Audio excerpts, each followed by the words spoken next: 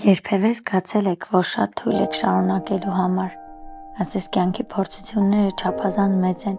որպեսզի միայնակ հաղթահարեք։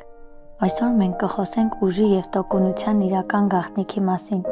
ուժի, որը գալիս է ոչ միայն ձեզնից, այլ նաև խոր և փոխակերպող կապից Աստծո հետ։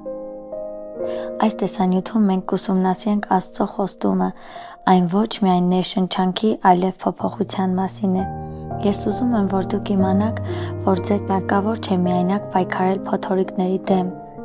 Կա ամրություն, ապաստարան և անսպառ ուժ Աստծո մեջ, որը սպասում է ձեզ։ Ամեն ինչ կարող ենք Քրիստոսով, որ մեզ զորացնում է։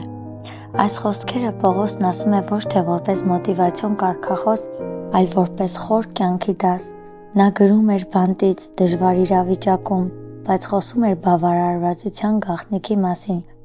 անկախ հանգամանքներից։ Նա ասում է,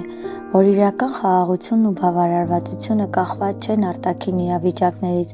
այլ գալիս են Քրիստոսից, ով ապրում է մեր ներսում։ Աստծո կոչը չվախենալու մասին։ Մի վախեցիր,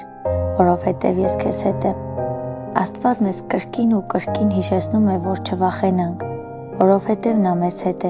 Մենք կարող ենք մեզ զգալ փոքր ու անզոր, բայց մեր ուժը գալիս է նրա ներկայությունից, այլ ոչ թե մեր կարողություններից։